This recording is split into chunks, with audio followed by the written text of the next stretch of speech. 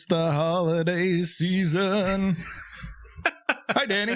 What's going on? Welcome back. Happy holidays. Happy holidays or hula days, depending on the IP. Your days. Yeah, man.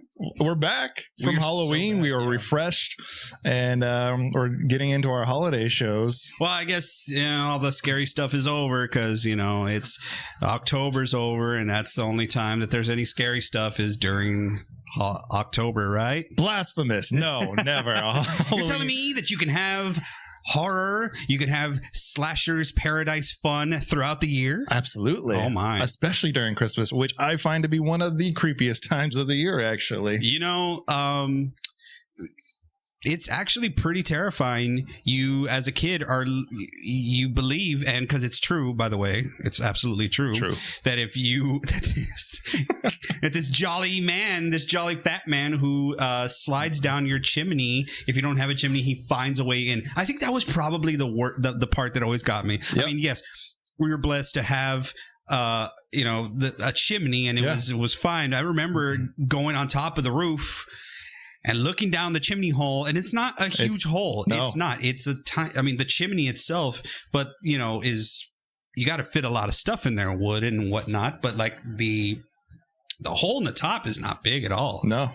So I was like, no. First of all, he ain't getting down here. But that always creeped me out. They would always say, if you don't have a chimney, because there was that one kid in class, or many kids did not have chimneys. I don't know what I'm doing here, but they were like, yeah, I don't have a chimney, so I guess I'm not getting any presents.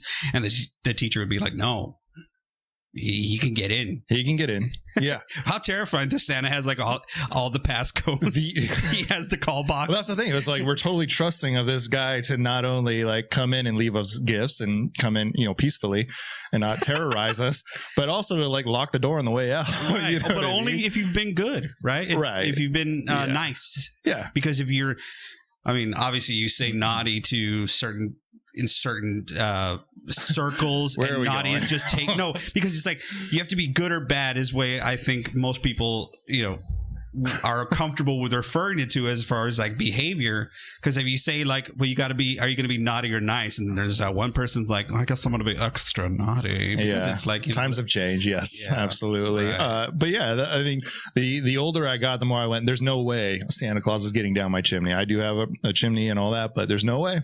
So he's breaking in on the creepy garage door probably, because that's where everyone's going to come in. And let's just say that you thought to yourself, this was probably a wash year for me, Santa. Yeah, I did some things. I cheated on like 4 tests during the year. This is a wash. So you're like mad and stuff. And you just take it upon yourself to like make it harder for Santa to get in. But like, he always found a way. But at the end of the day, this is Slasher's Paradise. So imagine a man breaking into your home on Christmas night, unbeknownst to you when and where. Exactly. And then you would stay up, right? You would try to stay up and watch and listen. And then there was reindeer that would land on your roof, and then presents would appear under your Christmas tree. Yeah. God, what a creepy man. Is it just me, or like, did you stay up and always feel drugged? Like on the nights that you stayed up, you're like, I got drugged last night because I couldn't stay awake. I can stay awake throughout the rest of the year, but on Christmas Eve, every time I definitely got drugged by the reindeer dust, the fairy dust from the North Pole or something. It's so weird. Yes, I was able to stay up all the time. I hope there's no. I'll just tell a really quick story about when Santa was ruined for me. I have an older brother, and Henry is very much well, what's the catch? He's that type of guy. Well, what's the catch? Right. I need to know the truth. And we'd be doing something, and he'd be like, all right, well, this is too good to be true. He's one of those, right? Yeah. So it's Christmas Eve, and we both had separate bedrooms, but we're at that age where like we were kind of scared to sleep in our own bedrooms or whatever. So we had 2 twin beds on opposite sides of one room, totally ridiculously not managing the space. Anyway, one night, Henry said, that night, Christmas Eve, Henry said, my parents said, go to bed, and if in the morning, Santa's going to bring you presents. And Henry was like, I don't believe this shit, Yeah, he's one of those. Yeah, he was like, I don't believe this shit. So I I'm the good kid, right? I'm just listening. I'm laying in my bed and I'm asleep, and then I get awoken because I hear our door, which was kind of like, it gets stuck in the threshold, just open, and I was like, I wake up. I was like, oh God, Santa came to like tell me personally.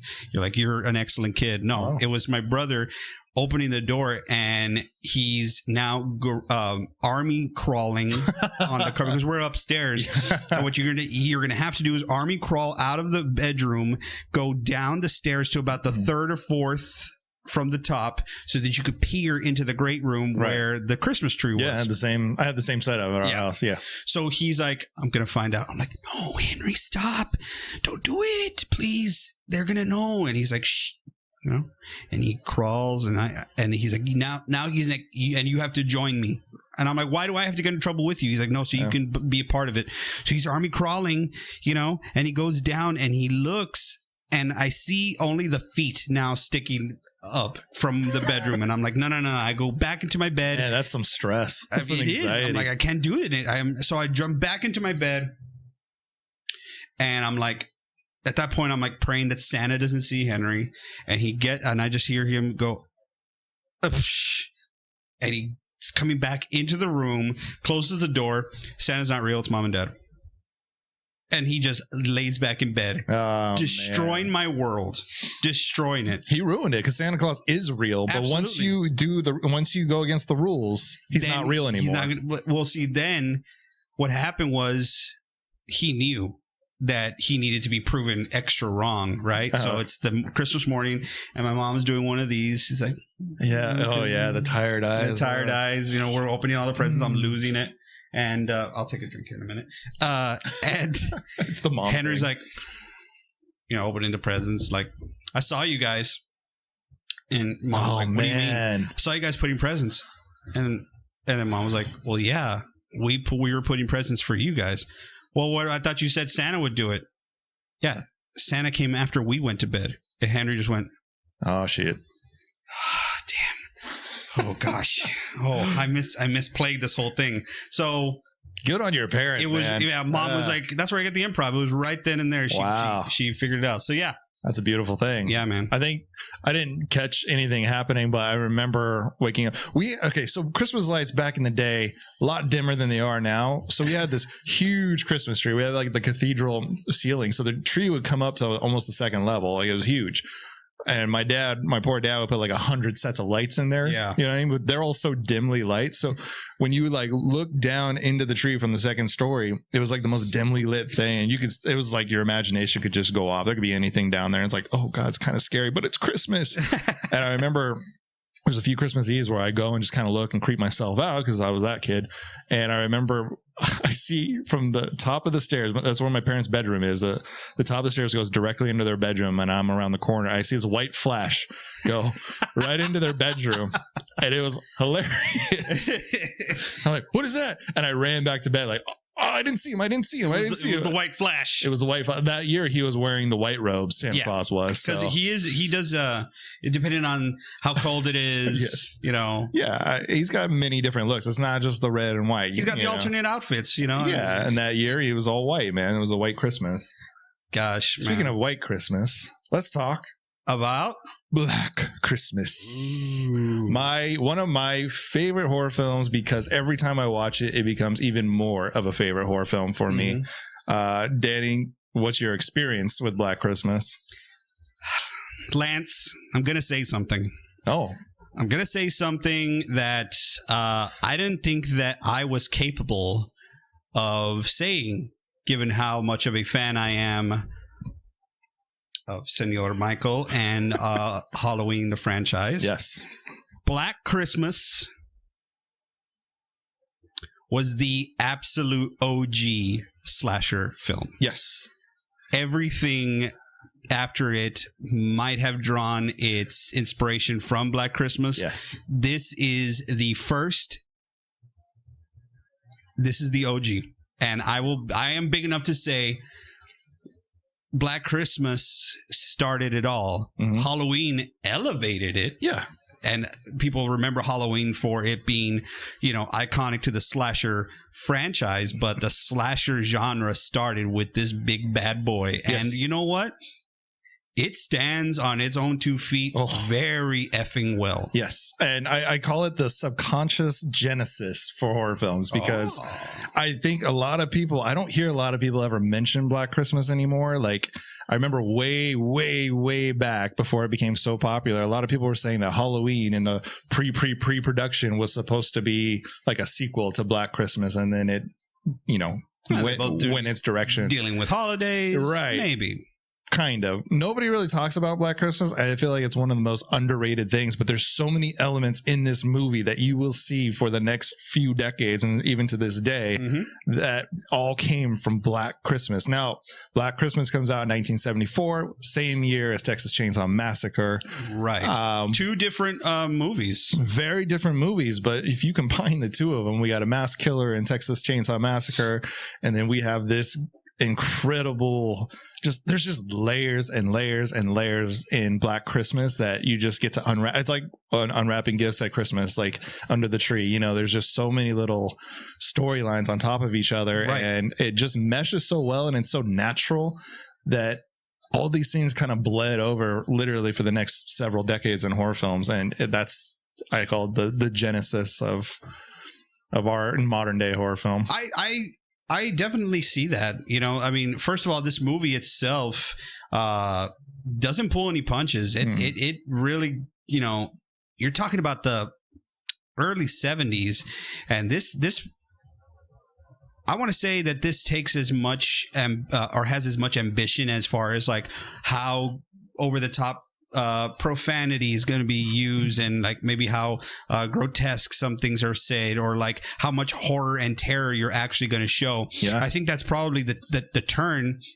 I don't think it's a coincidence that Texas Chainsaw Massacre came out in the same year. I think it's totally on brand, because I think at least on camera, and not to say that horror hasn't come out before then and they haven't, hasn't been scary situations, but on camera, we're going to start to see a lot more of the curtain peeled back, where they're going to let you see a lot more. Whereas I think before this point and earlier horror, it was very much on surface, like, and I'm taking a huge jump, but like think about the Universal monsters, right? Yeah. Anytime you would see the monster actually do anything, it was like he grabs somebody, like the Frankenstein monster grabs somebody, and then the guy drops, right? That's like as much horror and like evisceration that you see. But at the time, it was shocking as hell. I mean, there's people getting carried out of the movie theaters and shit for that. For fainting. They're like, and now see this, you hear about it, or maybe you imagine it, but now it's going to be like, well, no, everything that you thought is true, and not only that, we're gonna show it to you. It's like what's the word? Terrifying. It's so terrifying. I mean, you're getting the movies about centers around being the sorority girls being stalked, and it's like, okay, I'm not a sorority girl, but what if I was stalked? Right? It's terrifying. Right. And I think the gore and horror starts to amp up because we've been through a few wars. A lot of our population is now seeing they've been through war, and whether it was World War II, and now I think Vietnam was during the 60s. Like, you got veterans coming back from the war. They're missing limbs, it's the coverage of it was very much in your face. I mean, to be alive during that time would have been something, I'm sure, to experience that as it was happening. I mean, It's not to say that we're not going through unprecedented times currently, right? That we'll probably see, and we already have seen being shown and kind of inspiring current horror films. So it's like, yeah, that's definitely a testament of the time. Is like everyone was, I don't want to say desensitized, but they were definitely shown a lot, real horror, right? With, like, as you mentioned, the wars that we were going through. So now you start adding that through these movies, because everyone's going, that's not real. That's, oh shit, that's real. Yeah, I've seen that, and these stories kind of keep coming back. So that's why horror, I think, continues to progress from this point on. Is really from Vietnam War. But it's not a fantastical. I mean, getting back to the Universal monsters, what we're seeing here is a more real based, could be anybody scary horror, you know? And I think even so for Texas Chainsaw, you can make that argument. I think it's a little bit more of a boogeyman with the deal, the guy of Leatherface. It's a very specific situation, but this is an everyday America town. You can happen in anywhere. Yes. Yeah, like it could be any college town, anything. All right. With that, Danny. Yes. Let's have our pumpkin spiced eggnog for the holidays. Go ahead, Danny. Black Christmas, 1974. Go. A movie about a group of sorority sisters stalked by a stranger. And that is the shortest pumpkin spice eggnog we'll probably have. The simplest explanations are always the best. Yes. This movie is incredibly creepy. And it goes back to the point, I'm going to sound like I'm contradicting myself about the Halloween series, but it is incredible because this is at random. This turns out to be such a random thing, but we'll get back to that. Yes, Lance, you are contradicting yourself. Yeah, well, it works for me in this sense because it is so creepy. The opening shot is the sorority house. And it's got the Christmas lights, so we know it's Christmas time. Yes. There's snow everywhere. But think about how the movie does start. Lights up, house, Black Christmas. Title. Yeah. Title card. And also a random stranger walking by in the shadows, which I love. I don't know if it was on purpose or not, but it's a great little ooh, okay. And just so you guys are aware, if you have not seen this movie, Black Christmas, stop this podcast right now and watch it. If you want to be surprised. Yes. And please, spoilers are definitely ahead. And it's a great movie. We've already talked about how much we like it.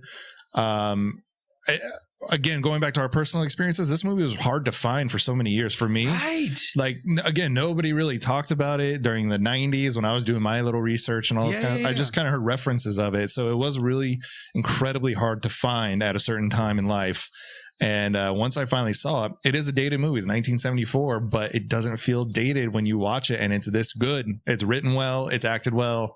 So go watch it if you haven't already. Yeah, it's streaming on Shudder, I believe, or AMC Plus. Anyway, let's dive in. Let's do Black Christmas 1974. Well, first of all, we got to talk about the big heavy hitters of actors and actresses, or all actors, that you may recognize upon watching this movie. You get a very foul-mouthed, liquor, alcohol drinking, hilarious character by the name of Barb, played by Lois Lane herself, Margot Kidder, from Lois Lane from the Christopher Reeve Supermans. She is fantastic in this movie. If you've seen her as Lois Lane before you've seen this, you're going to be like, "Oh my God, Lois!" The mouth. Yes. Yeah, I mean, she's just I mean, it's alluded to that she's got some problems. Her mom maybe is, kind of still dating at that time. Yeah. So she has plans to go home, and her mom kind of cancels on her. So she lets that be. Her disappointment be shown through by her drinking. And it is constant. She's always drinking. She's even in a police station at one point. Turns it back to the cop and cracks open a beer and chucks it down. She's hilarious in this movie. I also think in the first quarter or half of the movie, she kind of steals the show where you're like, is she the main character? Well, that's the thing, is that like when you're watching, you're like, oh, this is a Barb movie. This is Margot Kidder's movie. And it's not. It's not. I mean, she's not that she's not in it quite a bit, and she doesn't have her moments, but yeah, like you mentioned, she definitely steals the show right off the bat. I don't know. I don't think it has anything to do with the fact that, I mean, we see her as Lois Lane, so we're like, oh, it's Lois Lane or whatever. But no, I think it has everything to do with her presence on camera. The camera loves her. Yeah. She just looks so. And first, for it being as dated as it is, there's some really cool, interesting shot. Lots of POV. Yeah. Because you get the point of view of the killer, which we've seen in Halloween. Very little, because compared to, we get a lot of POV, more POV in this one than we do in Halloween, because you see Michael a lot.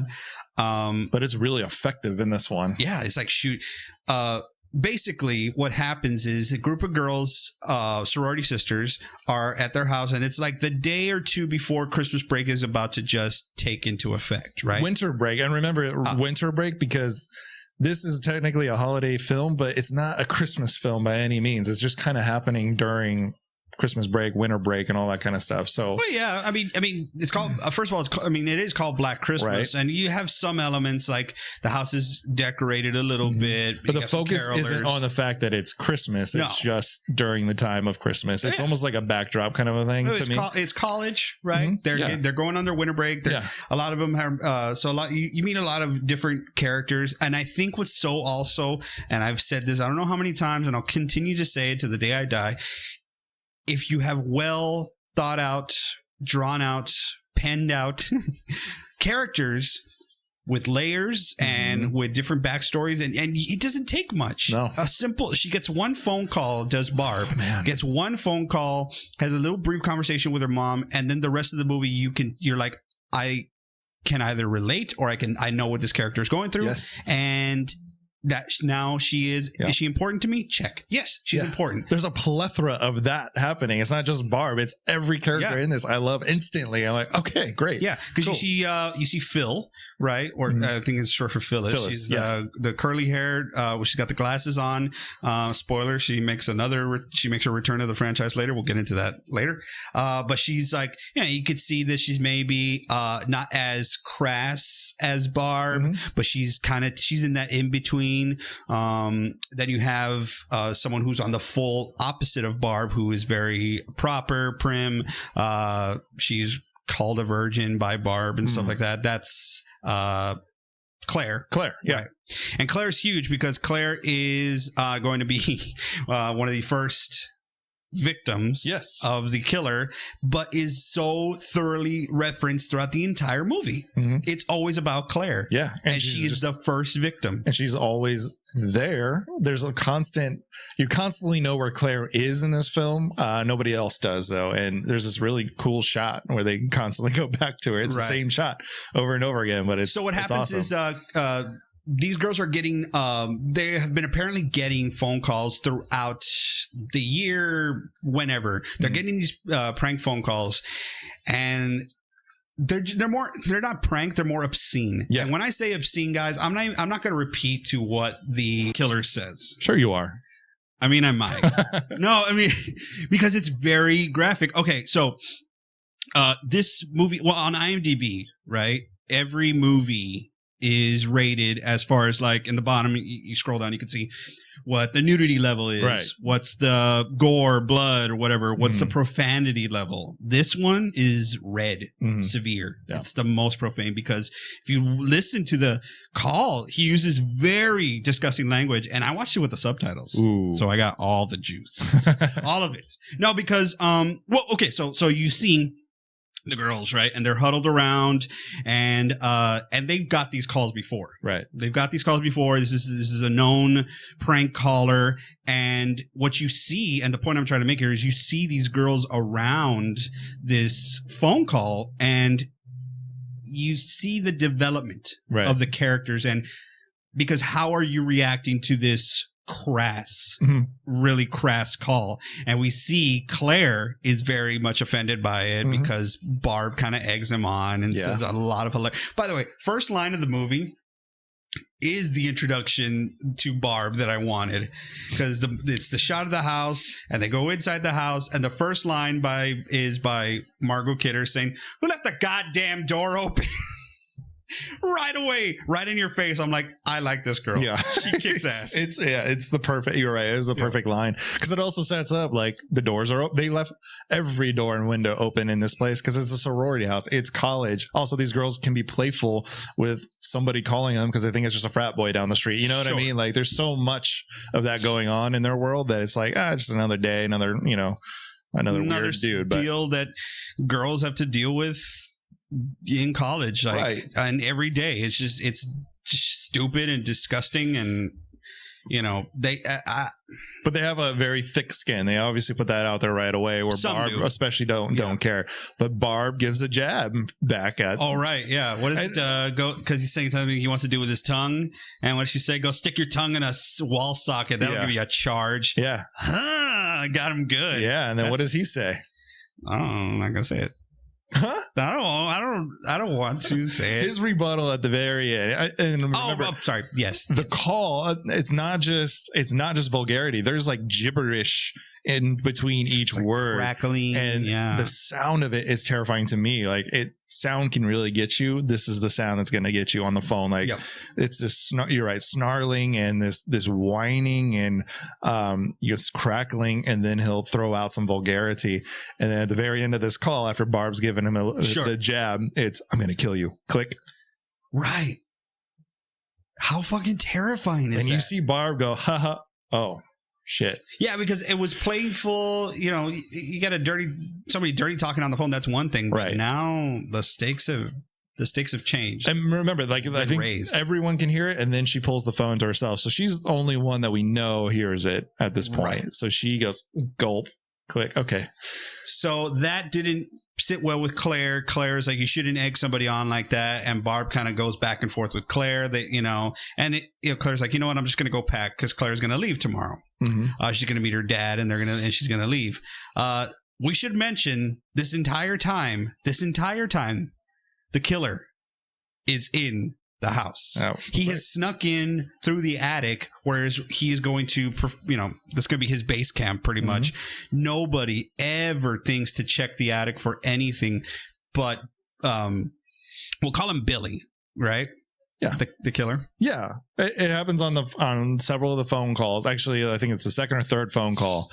He finally says the name Billy. It's me, Billy. Yeah, it's me, Billy. He's never like saying, "Hey, it's me, Billy. What are y'all doing?" No, it's like he's having a conversation with himself. It sounds like, it is one person, but he's having multiple personalities. Yes, kind of you can almost stuff. And he says mother. You'll hear mother in there a lot. So there's like he does this old woman voice. He does this like screeching boy voice. Yeah, he does like another man. Kid. Yeah. What your mother and I want to know is, or something like that. Yeah.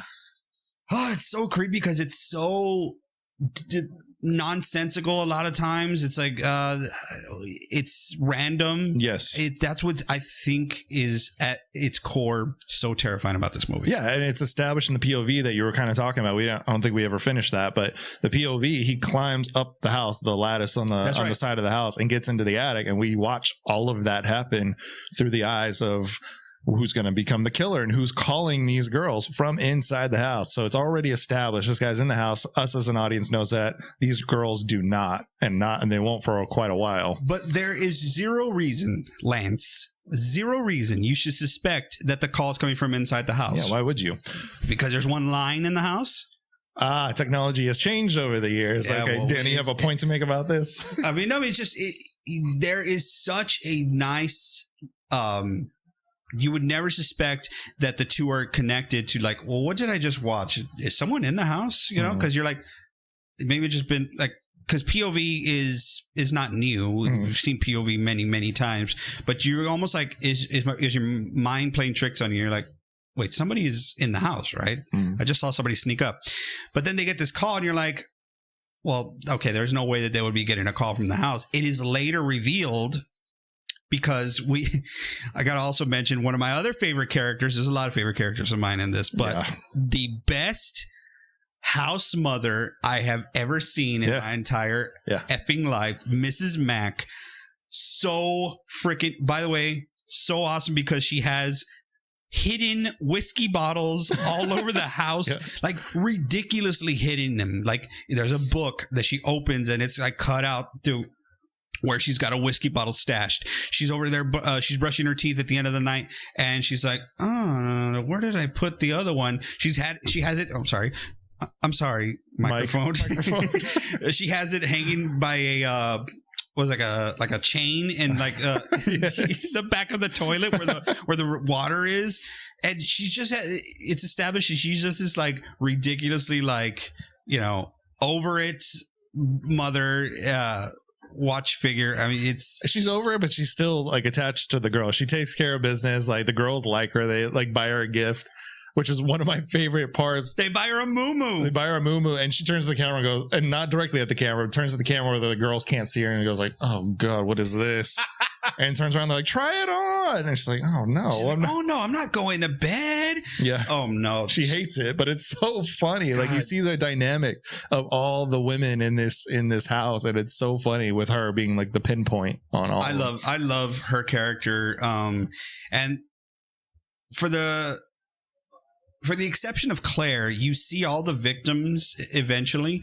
You see them all pretty much fleshed out, and you get to know them way before. Because yes, we do see some carnage almost immediately. Because Claire goes up to Pac, and the killer is in her closet and strangles her with like a. What is that? The plastic bag that you put over clothes, like a laundry plastic bag or whatever. Strangles her with that and takes her up to the attic while everyone's just having like a little party downstairs. It's like a little Christmas party. So it's like we see that, oh shit, this is real right away, but we don't see another murder up for a while. No. And that's what I like about it, is because they let the characters be established to where when they die, you're like, no, not her. Yeah. And when is it going to happen? Because there's tension in almost each death. Like, is it going to happen now? No, it's not going to happen now. It's going to happen in 2 seconds. Right. Yeah. But the first kill's great because we haven't seen the killer. You're never going to see the killer, really. Spoiler, you are never, ever really going to see the killer. Like, not full face, fleshed out. You never see the killer. On Claire's kill, the killer's in the closet hiding, and she goes in the closet and you go, oh, this is it. And she walks out of there and like, okay, safe zone. Nothing's going to happen. And who fucks that up? Claude the cat. Oh, my God, Claude. I forgot about Claude. Claude the cat. Claude is important because he's going to be referenced he's going to be referenced so much in this movie by almost everyone, but like ridiculously amount by he's kind of the beacon of death too. Yes. So he starts meowing, and Claire is pushed back into the closet. She goes, "What is that? Who is that?"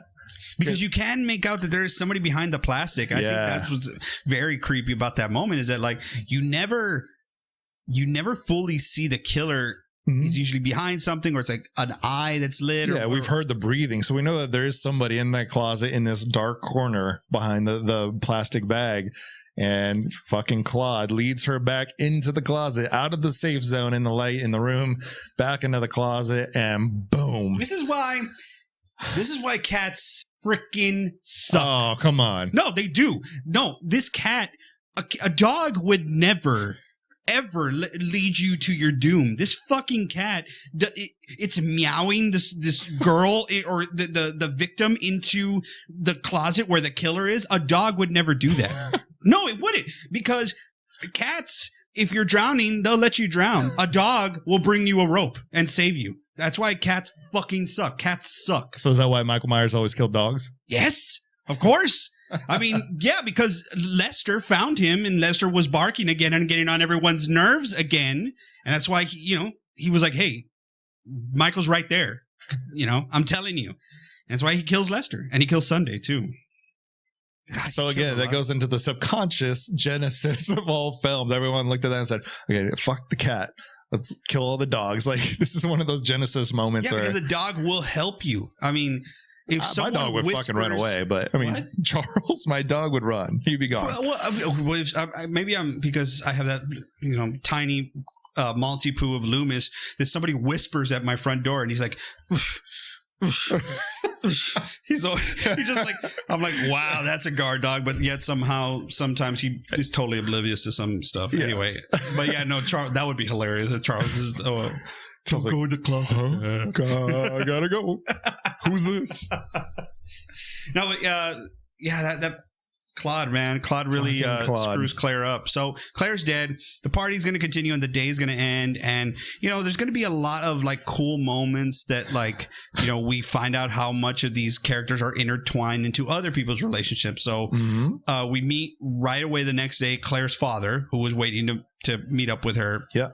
Because, holidays, and gonna go home for the holidays, and he's never gonna meet up with her. So through Barb and other sorority sisters, and then eventually the police, and he's leading this sort of search party, or she's she's missing now. She's missing, but it's one of those like, oh, okay, it's a college girl. She probably missed a train. It's only been a few hours. It's not been 24 hours and all that crap. No one believes, blah, blah, blah. It's not until later on where we find out Billy has been busy. Well, but first of all, God damn Officer Nash. Yeah. I hate that son of a... You put him... If we can make an all-time fumbling idiot cops in horror movies, Officer Nash and the two from Halloween 5. Yeah. I won't even say the ones from the Halloween 2018 because they kind of... No, they're just kind of goofy, but they're not like bad at their job. So I was like, this dude is just... He's so absent-minded and he's like... I don't know. He pisses me off because everything that if you could just do your job for 2 seconds, Officer Nash, somebody might live, and he fucks that up all the time. Because, well, thank God he's not the only point of reference for the law. In this movie, horror royalty himself, John Saxon, is playing the lieutenant, the lead authority. He was the detective, the officer in Nightmare on Elm Street, Heather Langenkamp's. He's also in Enter the Dragon, but fun fact, away from horror. He fought Bruce Lee. That's right. Totally. Got his ass kicked. I love his character in this. He's like super warm and intelligent. Again, that's always a big thing. Is if you're going to be a cop, lieutenant, or anything in a horror film, have some intelligence.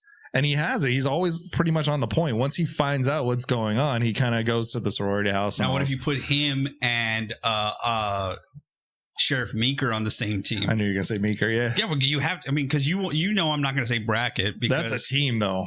They would kill all the boogeymen. Yeah. Just them two. I would just feel safe. Like, I would just feel like, oh, I just want to cuddle up next to you guys. I mean, John Saxon, he does have that sort of, like you said, warm... inviting, safe presence about him. He doesn't ask any stupid questions when he goes and investigates the sorority house with the girls. He doesn't ask anything dumb. He asks questions that are on point. There's a reason for the question. And he even like kind of cracks a smile or cracks a joke every once in a while with them, which I think was awesome. Like I immediately like him as well. Well, because you like authorities to be depicted to where they want to be on your side, right? Mm-hmm. And they're like, yeah, we get it. We're people too, but we can help the situation. Not these where they're like totally assholes about it. You know, like, oh, whoa, what do you mean? You said you went to bed at 8. Now you're saying 7. Right. What's going on? And I get that that's a natural thing to kind of like think about, but like he is on their side and wants to help. There's never like and I hate that because it's always that the authorities never want to believe you, right? They're like, maybe that's it. They're showing you what's annoying in horror early on is this Officer Nash, which you get more. It sucks because in horror movies that come forward after this, you get way more Officer Nash type authorities where they're like, just blow it off. It's probably some prank. Than you do John Saxon. You know what I mean? Yeah, I feel like it's such a ploy to like, oh, let's get the police out of like, why didn't they go to the police? That's always the answer, or the question that comes up. Why don't you just go to the police? Well, we did. And it didn't work. And I feel like it's such an easy out these days. Yeah. He's like writing her off. Oh, it's a hysterical girl. Or she's probably these girls. And I'm like, God, dude, take it seriously. Her dad is here asking, but he's doing that thing. Yeah. It hasn't been 24 hours. Usually they're shacked up with a dude and totally implicates the guy that Claire was seeing. Yeah. Right. Well, basically all the girls have a boyfriend in the mix, whether they're off for a while or whatnot, but all of them have a boyfriend. At the very beginning of this movie, I feel like it could be anyone. It's almost like a whodunit on accident at first. Yeah, because but maybe it is that way because we've seen movies that have done that to us before. Like, because I did see Black Christmas way after I've seen a lot of movies that have done the whodunit thing, and I don't think you're supposed to have that feeling in Black Christmas. You're almost supposed to take everybody at face value, or to believe that these girls would like not be.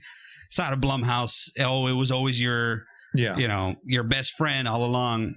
This one is like legitimately we're all in this together. We're all being faced with the same dilemma, and they all get the call at the same time. I don't think as the audience, I don't think you've made the distinction. Are the calls and the killer related yet?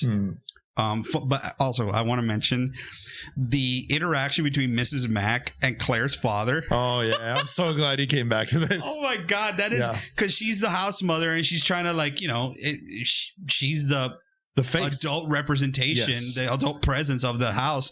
And the father's just like, you know, Claire's missing, but he's like looking around her dorm room and she's got these like, she's got some posters and stuff that's like, you know, there's an artsy poster of like a nude butt and stuff. It's like 1974. This guy is always supposed to be conservative, not in the political sense, just a conservative man who sent his daughter to college, and she's enjoying the college experience. Yeah, and Mrs. Mack is totally going to be okay with it. She's not going to like buy beer for everybody. That's not what she's doing. Right. But she's not. But if like the girls are having a drink, she's like, man, it's whatever. Like, that was a fun dynamic between her and him. Yeah, she's like trying to cover the nude butt on the wall. She's just like, but again, give me a ride. It's funny, but it's a natural funny. There's so many little stories in here that just come up so naturally. I mean, we'll get into Jess's whole story, which is our main girl, but there's so many natural, funny moments in this. Like the Santa Claus moment with Barb. It was one, I forget whose boyfriend that is. I'm not sure. I think it's Phil's.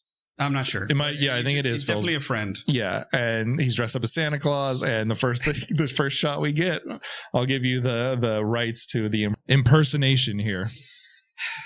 Ho ho ho! Fuck. He's just this like. He's a bigger guy. Okay, so the sorority and like I guess their friend, who's this guy, they're doing like they're in a community service. So they're like handing out gifts and whatnot to kids. And this guy who's a bigger guy, and you know who he reminds me of? He reminds me of Hollis. Yes, from My Bloody Valentine. Absolutely. He's a bigger guy. He's got command. You know, he's got an awesome. Like, he's got facial hair and a mustache and stuff. He reminds me of him, but he's been like goaded in or asked to dress up as Santa. Right. And every time he's there, he's, he doesn't want to be there. But every time he's doing his interactions with the kids, he's like, ho, ho, ho, bitch, or shit. He's just like he's so mad. It's so great. And then Margot Kidder, is getting wasted. Yeah. Getting wasted at the handouts of the handing out gifts. Yeah. And, she's getting wasted. And at one point, is like handing a flute of champagne to a kid and letting the kid get wasted. And the whole time, Claire's father, right, is watching. And you know what I love about him? The reason it makes it work is because, you know, he's always stern. You know, he's always disapproving of what these sorority girls and or these, you know, students are doing amongst him. They're like, you know, cursing and drinking and losing their minds, but he never breaks. And it's so easy for somebody that's like over the top to play off of that. It's very fun. Yeah. I love those little moments though. Just these characters are breaking out, and then Claude comes and attacks again. Well, Claude is the reason that Mrs. Mack dies too. So Claude apparently has been taken up to the attic where he can just like meow people to their deaths. Fuck this cat, man. But anyway, Claude, when he's meowing, it's Mrs. Mack is like, Claude! Yes. She's just like, come give mommy a kiss before she leaves, Claude. I'm like, to my friends who do have awesome cats, I'm not talking about y'all's cats. I am talking about every other asshole cat that I've met. There's more asshole cats in my life that I've met than there are nice ones. That being said, what cat has ever responded to that? Come give mommy a kiss. Do cats do that? Yeah, have you ever some seen do. The cat that I had, we were very close. Oh yeah, yeah, and I could call her anytime I wanted to, and I would get a response. Okay, so yes, right. it does happen. It's not like a dog where it's just like, huh? I mean, yeah, you whisper, and Loomis is like, what? What do you want? Right. It's awesome. No, but cats are... Okay. So she's calling the cat. Yeah. Come hang out. Apparently Claude is the house cat, and it will come if you call it. But, I mean, I do know this about cats. The only time that they meow is when they want to converse with humans. Yeah. So there. That was one of those, like, uber facts. They are very intelligent animals. Yeah. They're assholes, but they are very intelligent. Okay. But Claude is just the beacon of death. He meows Mrs. Mack to go into, at least peek into the attic to where she's looking around. And this is such a great kill because Billy is holding this fucking pulley and and hook just enough to where you think he's holding it back enough to where if it swings it's going to go right over the opening of the attic, and Mrs. Mack sticks her head out. She sees Claire. Then she turns around and sees the pulley, and it nails her in the head, and now you see her feet go all the way up. She screams a little bit more, and then the screaming has subdued. Yeah. But all this is while they pull her up through the attic, which is awesome. And another thing is Claire's placement is right at the window of the attic the whole time. I mean, with the bag over her head. Yeah. So it's just funny, like, oh, she's at the window. Like, if you looked up at the window. What I'm saying is, like, if you do look up at the window, you would see her, but it's the attic window. So you would have to, like, be far back and looking forward. Yeah, it's just it's an interesting and cool thing of, like, Claire, who they're looking for most of this movie, is right there in front of you, sort of a thing. She was displayed on the rocking chair right in front of the window of the attic the whole time. Yeah. So now Mrs. Mack gets it. She gets pulled through the attic door. See her little feet go. And is that when Billy loses it? Yes. Okay, so that is it. No, I don't know if that was it. No, it's when... Yes, it is, because the taxi is waiting. The taxi... She's the only one left in the house. She's ready to leave. Right. She's going to go down to Florida or whatever. She's packing, Florida stuff. And she's getting ready to go, and the taxi's waiting outside, but she's like... She wants to say bye to Claude. Yeah. And Claude ruins her life. Billy really ruins her life, but Claude was an accomplice too. He was. Claude, man. She is the only one in the house, and now she's dead. And Billy, and all you see is his point of view of a guy screaming. And we have to talk about. I mentioned this to you. I've heard dudes scream in movies hundreds of times. Yeah. It's something about the way this guy screams and goes nuts that is so unnerving. How about this? It literally makes. And I'm saying literally in the way I want him to say it, makes my skin crawl. Yes. And this scene sets it up even better, because he's watching the taxi guy go, fuck it, I'm out of here, and leaves. Mm-hmm. And then he's rocking the chair that Claire's in, mm-hmm. and he's whispering, I don't know, it's kind of inaudible. Yeah. And then he loses it, and you get that screaming snarl. So there's like a setup and like this roller coaster ride, and he fucking tears up the attic, and it's all POV. Yep. And the screaming, like, I don't think there's ever been anything like it that I can think of. I honestly, no. Not that like puts the chill down your back. Turn up your audio when you watch the film. Absolutely. And it's absolutely terrifying. It's just like, him alone, just the audio. Yeah. It's somebody is committed to an insane asylum, and is like the ones that's like on the 50th floor down in the basement, they're screaming their life away. We can't, like, I would bust your ears if I even tried, and then I wouldn't even come close to it, because it's so good. But when you hear this screaming, if your ears were paying attention to the call, you start to say, that sounds like the caller, from earlier. If you match it up, it does kind of sound similar. Yeah. I mean, if you allow yourself to think about that, and you're like, well, wait a minute, we heard the call when this dude, or when the POV was climbing into the house. Mm-hmm. Oh. So your mind is already starting to do a little bit of a connecting the dots thing, which I really love about this moment. Right. Is like when you hear this scream, you're like, oh, you can take it at face value, but it's so much more. Mm-hmm. It expands so much more. And then how it applies to what you've already heard, and then what you're going to hear later. Right. This moment is really pivotal. Yeah, totally. We got to talk about Jess, because we have not talked about Jess yet. Yes. Right. Jess. Jess is our main girl, our survivor girl. Yeah, she's the main character by all intents and purposes. Jess is in a relationship with a man named Peter, who is a music student and plays a conservatory. She reveals to Peter that she is pregnant. Yeah. And this is a huge moment, and it's actually a huge, like, it's a hot button topic to this day. But it's the way it's depicted on this scenario. You wouldn't expect to see it this way, because you see the reverse. Peter, when he hears that Jess is pregnant, he's like, "That's great." Yeah, and she's like, "I'm gonna have an abortion." Right. And it's like, wow. I mean, not that doesn't happen, but you're like, usually in movies, when this scenario is depicted, it's the other way around. The man doesn't want it. The girl does. Well, she's like, no, I don't want to have the baby. And I think that's why at the time, Black Christmas was so like panned by critics, and not critics because they could, they understand that, it's art and expressionism, but like, it's very super conservative, just had their way with it. They're like, how dare they depict this sort of situation, Yeah, it was a great telling of it because it almost like forces Jess to think about her entire life, and it's the real life decision of you got a boyfriend, you're not married, you're in college, you've got all this stuff going on, and apparently it was an accident. It wasn't something that was planned. Obviously, yeah. So that's where her thing comes in. She starts to reassess everything and basically tells Peter at a point, I don't even want to be with you. Like, right. Peter's ready to get married and have a kid, and I'm going to drop out. He really wants to have this child.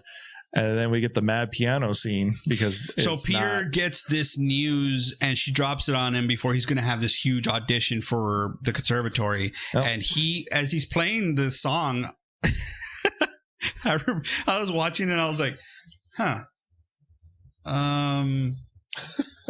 he's fucking this up. Because he's like hitting a lot of the notes, but I'm like, I'm not a pianist, but he's like, dun, dun, dun, dun. But it's like, I was like, that doesn't sound right. Yeah. No, he's bombing this audition. And we've got some like judges or whatever who he's auditioning for. He's profusely sweating, and it's obvious that he's been he's got some Beethoven stuff going on in there, and the judges or whatever they are just kind of like, that's not your day. Ooh, yeah. So he bombs it, and it's obvious that he is still reeling from the news of earlier today, what Jess said, he's very affected. He did say, I'm going to go talk to you later. We're going to talk about it. Right. Mm-hmm. But she's like, it's not going to change my mind, but yeah, I'll see you tonight if you want to talk to me. He definitely doesn't get in, and we see him just lose it, take a mic stand and just destroy a piano, which is that your piano, piece of shit? Man, that might be the conservatory's piano. And it like who has a traveling piano? No one. No one. He just wheeled it to college. My ass. He destroyed school property. And you know what? You're thinking, this guy's very unstable. Yeah. And for the most part, he's the only guy or the only man character who is depicted that way. In the negative light. Mm-hmm. Officer Nash is an asshole and an idiot, but that's just that. He's just an idiot. This guy is like, oh, this might be somebody that we should pay attention to, which I love that. I love that it's not red herring because he's in the mix all the way to the end, to where you think it's Peter because you see him lurking around the house. He's snuck in when Jess was supposed to meet him there, but she was late because simultaneously there's also a little girl missing. Yeah, good point. There's a 13-year-old girl that was killed. 13-year-old there. She's missing. So her mom plus Claire's dad plus all the sorority sisters plus the entire town, snowmobiles, dogs, John Saxon, a megaphone is all happening in the park. And this whole time, I think Jess and Peter were supposed to meet at the house. She gets there a little bit late, so he sneaks in and goes and takes a nap in her bed while she was waiting for her. It's just established that he's kind of he's having a little bit too much liberty with the surroundings about him. Yeah, and it's a little convenient at times. I think maybe we had just lost Mrs. Mack upstairs, and then he comes down the stairs saying that he was napping in her room. So there's a lot of convenience with him, but they have an argument, and they start to lose it. And this is where where Saxon comes in, the lieutenant. Forget his name. The lieutenant comes and to investigate. Where's Claire? We have a missing girl, which was the 13-year-old who we were searching for, and now we got to go find Claire because now it's on my radar. So the lieutenant comes in and. The boyfriend leaves. Yeah, but Peter leaves. He brushes past them, right? He leaves his jacket, by the way, too. And so he's got his little green sweater on and no jacket. Very, very tightly fitted green sweater. Goes right past the lieutenant and the other girls that are coming in. I think Barb's one of them. And bolts out the door. And the lieutenant goes, who the fuck is that? Yeah, he's not overly being too invasive, the lieutenant, but he does obviously notice, who is this guy, right? Yeah. So Jess is obviously not going to be like, oh, that's my boyfriend. By the way, I'm pregnant. I'm going to have an abortion. Like, what? That's not what she's not going to like offer that information. But eventually she will have to pretty much tell the lieutenant because the obscene phone calls continue to come. Yeah. And pretty much Jess is going to hear all of them. Although Jess is sweet. She's got like an English accent. She's a sweet girl. She was in Roxanne with Steve Martin, who I saw this on IMDb. But you know that Steve Martin, when he met her, he was like, oh, you were in my favorite film.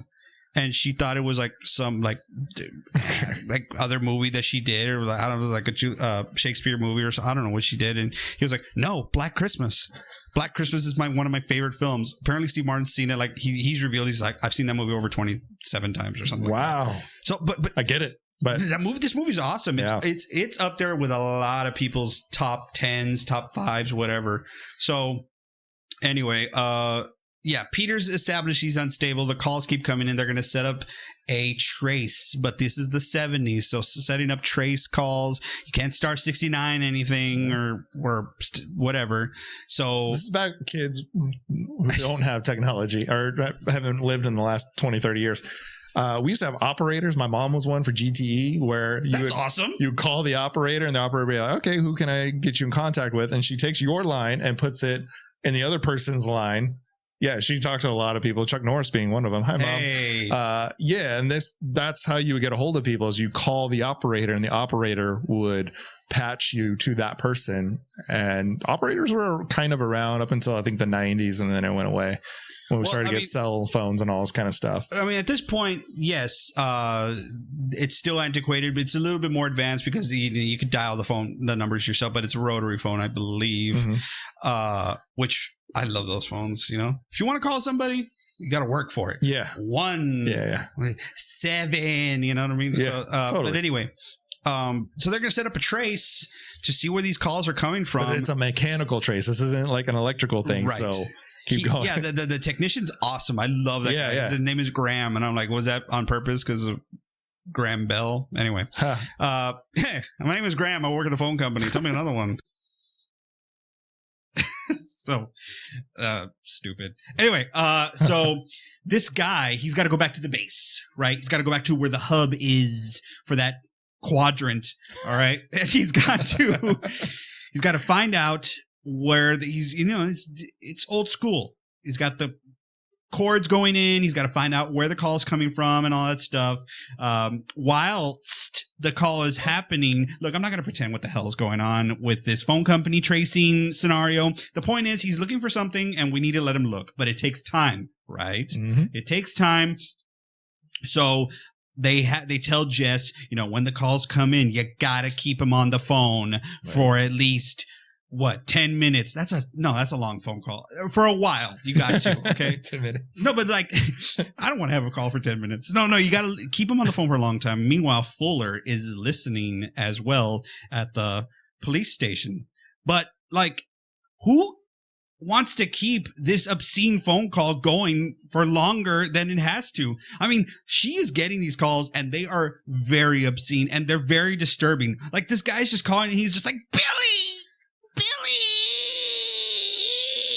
Like, I don't want to keep that on for longer than a second, And it's not just that. She has to hear him, like, do things like, nerd, nerd, nerd.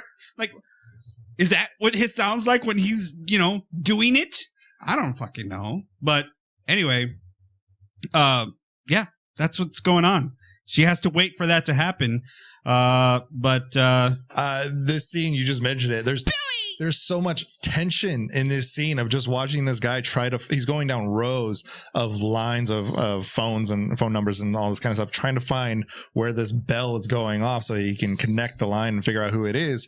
And Peter calls during one of them. Peter, Jess's boyfriend, who's kind of been losing it. We already saw him attack the piano. That doesn't belong to him, probably. Who was seen waiting outside, by the way. Who's waiting outside he just wants to get his jacket. But, no, he's an asshole. But Peter calls and he loses loses it. He's like crying on the phone, talking to Jess about, I want to keep the baby. Don't kill the baby. Yeah, don't kill the baby, which is the big line, because now Lieutenant Fuller comes in and goes, what does he mean by don't kill the baby? But his voice in this sounds just like the calls that we've been getting the whole time. I mean, they may have done double duty and they got this guy to do the voices for I don't think callers. they did. I think Billy is cast in this, but I don't know. Billy! Anyway, but there's this, not only is there tension, but there's 3 calls basically. One from our actual killer, one from Billy, or one from Peter, thank you. And then we get another one from Billy. So we're tracking this, but there's so much tension in trying to find who or where the call is coming from. Right. And then we get the payoff. Well, because when Graham is tapping the phones, he asks Jess, are there any other phones in the house? Right. And Jess says, there's a phone in Mrs. Mack's room. And John Saxon, Lieutenant Fuller, says, oh, yeah, but it's a separate number. You don't have to worry about that. It is... That's probably my only problem with the movie, is that it was that line sticks. It's as much like if he should have just punched me in the face instead. It would have been more subtle. Because of what the movie ends up being is that he was using that phone the whole time. But if he wasn't, then you would just think like, the guy's not in the house. Yeah, there are no cell phones. Talk about like the subconscious genesis. This reminds me so much of When a Stranger Calls, Halloween 4, where the killer's in the house. You think you're totally protected and fine. There's even a shot in here, which I actually put in notes, where they go to, I think it's Claire's boyfriend, who's a hockey player. And they show a real fast clip of a hockey mask, which is all painted, but just the way it's kind of a jarring moment. There's so many little threads that I felt like got created into full length movies and franchises later that are in this. And that was one of them, of like When a Stranger Calls, is the killer's in the house. We make that connection because Graham makes that connection and goes, oh, here it is. And then we tell Lieutenant Fuller it's coming from inside the house. Well, I think it's the way, because first of all, Nash ruins everything, right? But Nash gets the information and he relays it to Fuller, who's in the car, in the police car, because they put on an APB. They're looking for Peter, right? Because Fuller is like, this guy's a person of interest. Yeah.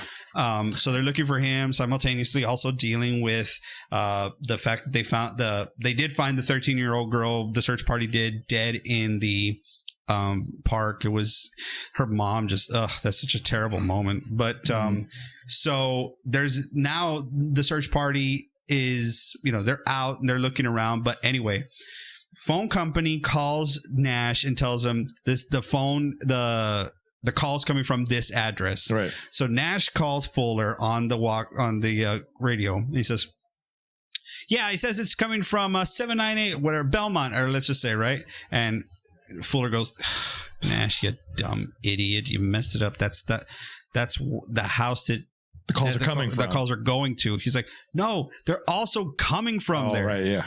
Yeah. And it's a big moment. You're like, oh, Nash, you didn't mess that up. It's just... But then also Nash calls the house, right? And because Fuller says, listen, I can't get through. They had posted a cop outside the house to watch. He goes, I can't get through. Call Jess on the phone. Mm-hmm. Tell her to get out of the house, to walk towards the front. I'll be there in 5 minutes. Don't tell her that the calls are coming from inside the house. Right. Don't scare her. Don't. Tell her to leave, and that's it. Yeah. I'll be there in 5 minutes. And then he's like, I'll be there in 5 minutes. Nash, if you screw this up, I'll kill you. And you're like, he's going to screw it up. He's going to screw it up. And he tries. He doesn't try. He tried. I mean, I give him a redemption point because he kind of tried not to tell Jess. I think there's way better moment because he goes, Jess? Oh, yes. Hi, this is Officer Nash. I'm going to tell you something, but I don't need you to ask any questions. Already you're fucking up. That's not how you lead into it. He's like, Jess, I need you to do me a favor. Put down the phone. Walk outside. Lieutenant Fuller is going to meet you. What put yourself in that. You have this huge 3-story house. There's a huge attic. Behind you, you're pretty much at the front door. I think the phone was right at the front door. All you have to do is walk 3 or 4 feet to get out of the house, but some cop is telling you calmly too. That was the thing. That's why I give him the redemption point. He does try. He's somewhat calm and says, "Get out of the house." Imagine that. Imagine being in that moment of why the fuck is a cop telling me to walk 5 feet out of my door right now without telling me anything else and sounding like that. Yeah. Oh, that gives me the chills. No, I mean, it's incredibly chilling. It's kind of like, I've done this inadvertently sometimes to Caitlin, and she hates it when I do it. But it's like, let's say we'll be in the house and there's like a spider on the wall, right? Mm-hmm. And it's behind her, and I know she'll be terrified if she sees it. I'll just be like, babe, get up, walk towards me right now. Yeah. But the fact that I said it that way, and the way Caitlin is, and the way Jess is in this moment, actually, it's pretty coincidental. Was she's like, well, wait, what do you mean? What's going on? Yeah. Right? That's what Caitlin would do. She'd be like, why? What's happening? And I'm like, well, see, now it's ruined. So yes, Nash does try to tell her, but I think he's a little bit too aggressive. It's more of like, I'm the authority, do what I say sort of thing. And Jess doesn't respond to it, to where he has to blurt it out. Jess, the calls are coming from inside the house. Right. Yep. Oh my gosh. When that is said, I'm done, man, because the whole moment is also heightened with the fact that Phil's dead as well. Barb is dead, dying terribly by a unicorn, glass unicorn to her chest. So Jess is literally the only one in there, and she's just looking up to an empty staircase. You almost think that like Billy's just going to pop out, and he just never does. And Jess didn't listen. She has to go look. Yeah. She's calling for Phil. Phil, Barb, answer me. And they don't answer because they're dead. So she has to go look, and I'm screaming at the TV. I'm like, you just need to get out. That's all you need to do. Can you imagine the theaters when this movie was happening? Well, and you mentioned it too. There's a shot that it goes straight from her where she's screaming, and it goes to the staircase. And you're right. It's like you expect him to just be up there, like the Michael Myers scene. You know what I mean? I feel like, again, that Genesis sort of a thing is like, oh, you know what would have been really cool is if he was standing at the top of the stairs. That's where it came from for Halloween. But there's nothing there. Yet again, we see nothing. So now there's just the mystery of, oh, fuck, I gotta go back up there. I gotta go find my friends because there's something wrong here. They need to get out too, not just me. Right. So we get our survivor girl out of this. So Jess goes and looks around and, pushes a door open, sees. First, she finds a weapon. All right, she has to get the fire poker. You got to weaponize. And we see yourself. It almost feels like a point of view. There's no breathing, so I don't think it is. But you see like a shot through all the stairs, and you just see her kind of grab it barely. So it looked like a point of view sort of a thing. So like he knows. No, it is a good moment because like, not that there hasn't been final girls before. Well, I don't know. I mean, maybe it's at the same time. It's between her and Sally, right? It's Sally who survives 74. Yeah. I mean, Texas. Yeah. So she's like, I'm going to arm myself. I'm going to, fight back, essentially. She doesn't know what she's dealing with yet. She goes upstairs and with the poker, and she's trying to open the door, right? And she tries to push open the door, and well, she's struggling a little bit when she doesn't realize what she's struggling with. Anyway, she opens the door and she looks forward. Who she see dead over there? Barb, right? Right. And she sees Barb's dead, and her focus changes ever so slightly. Because when you open the door, there's the hinge. Yeah. Where the hinges are. There's that crack. You ever open a door? Anyway. So she sees in the crack behind the door. I mean, every kid who's ever played hide and seek has done this. And you're looking through the crack, and it's just the eye. Just the eye, right? And it starts talking. The eye starts talking. She's like, Agnes, right? It's the same line or the same voice from the prank phone calls. She knows that the call's been coming from inside the house. That's the killer. Put two and two together, and she takes off. Well, he says it's Billy at the. Oh, right. That's the last thing he says, and she takes off right through the house, and it's the most terrifying scene. It's got to be top 5 terrifying scenes in horror films for me. Because she's being chased so aggressively. It's the sound. Yes. You hear the screaming that you've heard in batches on the phone is now constant through the house as she runs. And as she runs through this house, and you're hearing, everything that you've heard is now one constant. And then she gets down to the bottom of the stairs, and you won't see the killer, but you get a hand grabs her by the hair. Oh my God. Did you notice it with the hand that grabs, it's wearing a sweater too? Yeah. And it almost looks green. So you're like, oh, it's Peter. Yeah. There's another good shot where you see a batch of green, and it definitely looks like Peter for a second, for sure. So they're still plucking away at it's Peter. I'm reliving that moment. It's so, because you've seen the girl, the final girl, get chased by the killer at the end all the time. At this point in our lives, we've seen this all the time. This is the first time really. It's the same year, but like again, you're seeing this, and it's so well shot that you never see the killer as she escapes all the way down to the basement, padlocks herself in there. And oh man, we were talking about this, how he starts banging on the door and is screaming, and I can't stress this enough, guys.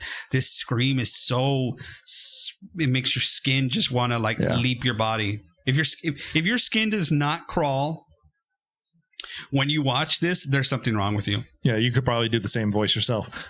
Yeah. Yeah, and it's just, man, there's just something so special, because it's not even a terror. It's not just the terror. It's the anxiety of, holy shit, this guy is really nuts, and now he's going after it. This is the first time that he's like roaming around the house in the open, sort of a thing, but you still can't see him. And then we get down to the basement, and it's go time. It's go time, because now all the elements are coming to a head. So we've had the killer attacker. We know that Fuller's on his way. And someone, she's in the basement. Basements they have like the floor windows, or they're windows that are above if you're in the basement, but from the outside they're like, from the ground level. So somebody's looking through and wiping through the ice because it's obviously cold. Well, it was a creepy shadow too, which was really cool, really well shot, at least. And it's Peter, right? And he's like, Jess. Yeah, it was like muffled. Jess, are you in there? And he's like wiping the glass, and you're like, oh, Peter, get out because you're going to die. But then Peter busts the window and climbs in. And I'm like, no rational person would just bust a window and like climb in. So it's like, what in the good God is your thought process? You're like, I think Jess is in there. Let me check. Busts open the window and climbs in. So you, as the viewer, are like, oh, it's him. Yeah. It's him. He's the guy, because he wants to get to Jess so bad, he's just going to bust through this window. Yeah, and then you can go through the door, dickhead. Yeah, I mean, he busts. It's a small window, too, so now he's got to climb through shattered glass. He gets down into the basement, does a quick search, kind of looking around, and he's got the most insane look in his eyes and his face. And it's oh man, that's terrifying in itself. Jess is hiding in the corner, and then they make eye contact. That part scares me. That he just like, because it's like when they're looking for you, right? The killer's looking for you, or someone's looking for you. They're like, "Hey, are you there? Hey, come on, are you there?" And then let's say they actually just like, "Oh yeah, you're there." That's scary to me, because she just like makes eye contact. And he's like, hey. And our killer on the phone has had multiple personalities. So him having this, hey, Jess, what are you doing over there? What's going on?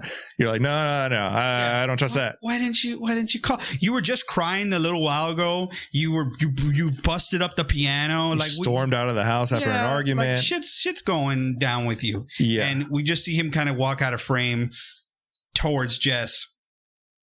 Fuller arrives, and you hear blood-curdling screams from Jess coming, from the basement. And Fuller and the rest of the officers, go down into the basement. They find Peter dead, eyes open, blood on his face, on Jess. And Jess, with her eyes closed, you're like, did they both get killed by the killer? Right. You still don't know what happened. Did they both kill themselves? Mm-hmm. Like, what happened? And Jess kind of just opens her eyes. So she kills Peter. It's, that's what happened. We think, or the killer may have killed Peter and let her live. I think the more obvious is that she kills Peter. Yeah, I give her the credit. Yeah, for the kill. She kills Peter with the poker, the red hot poker. And she's left to recover in her bedroom. Detective Fuller's like, I always knew. I had a feeling about that guy, about Peter. So everyone's kind of just, closing the book. They're still looking for Claire. Claire's dad is there. He's like, well, I guess I'm just waiting or whatever. And, Detective Nash or Officer Nash is doing a terrible job of corralling the press who are apparently in the house. So everyone has to go deal with that. So Fuller leaves. Claire's boyfriend leaves. The dad passes out because he goes into shock. At one point, he's like, I can't put. His body was probably like, all right, you need to pay attention. So Jess is, asleep on the bed. The doctor who put her under leaves. Everyone's gone. Everyone leaves. I'm like, what the fuck are you doing? I mean, I know that it's pretty cut and dry that it's Peter, you think, but still, you don't just leave someone there. You should take her to the hospital at least, right? Or watch her. Well, again, changing of the times, who knows? I mean, maybe back then it's just like, oh, okay, you're fine. We got the guy. Go ahead and rest up. What I love about this is we get this still shot. It's just her in the bed and we hear everything happening. We hear voices telling it's fading away. Yeah. Right. I knew this was going to happen. We even have a cop come in and check on her and then turn off the light. And he's in the complete shadow that we had from the beginning of the film, which I thought was cool. It's 70s. That's kind of how it goes. Even the audio is 70s, and that's why it's so effective. Adds to it so much. So we get all that, and now we know that everyone has left just through the audio. We're watching Jess laying down in bed the whole time, and then the camera moves, and that alone was creepy. Mm-hmm. So then we go to the next room, and we see the crime scene. We see blood on the bed, which I think was Barb's bed. I think we go to another room. Where it's doing that thing that Halloween did, right? Or did Halloween get it from there? I think maybe where they're showing pretty much all the places that a body was found or that a kill happened, right? And then it goes up to the attic, back up to the attic. We haven't found Claire. We haven't found Mrs. Mack. Mrs. Mack. They're up there. They're still up there. So is Billy. Yeah. And that's pretty much the movie. The movie focuses on Claire's face against the window, zooms out of the whole house, keeping the focus on her. That's a wonderful shot, keeping the focus on her face against the window under the bag.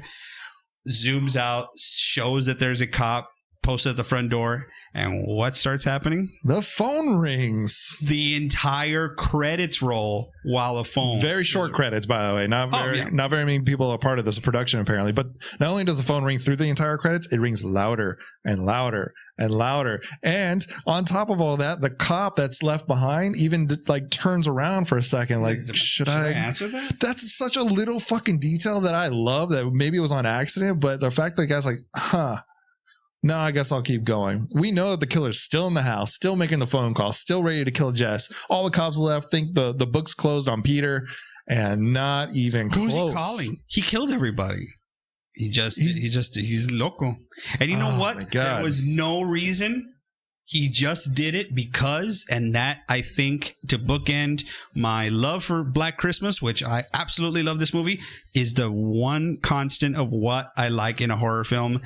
There was no reason. It just happened. Yeah. And it's so effective in this film. I mean, we didn't get a sequel out of it, so maybe that's why I consider it even more effective. Yeah, because let's say we're talking about Halloween in the same vein. Yeah. We're probably heralding it even. Maybe that's the reason that Black Christmas didn't get as popular as Halloween did, because first of all, you never see the killer, so there's not a lot of merchandising to be put on masks and such. Exactly. You see an eye, and later they tried to exploit how much of Billy you saw in this film with its later reimaginings. Right. So we'll get into that obviously later. But Black Christmas, the OG slasher film, the film that started the entire slasher genre. Yes. And I feel like maybe something that hindered it was that it was Black Christmas. People call it a holiday horror film only kind of a thing.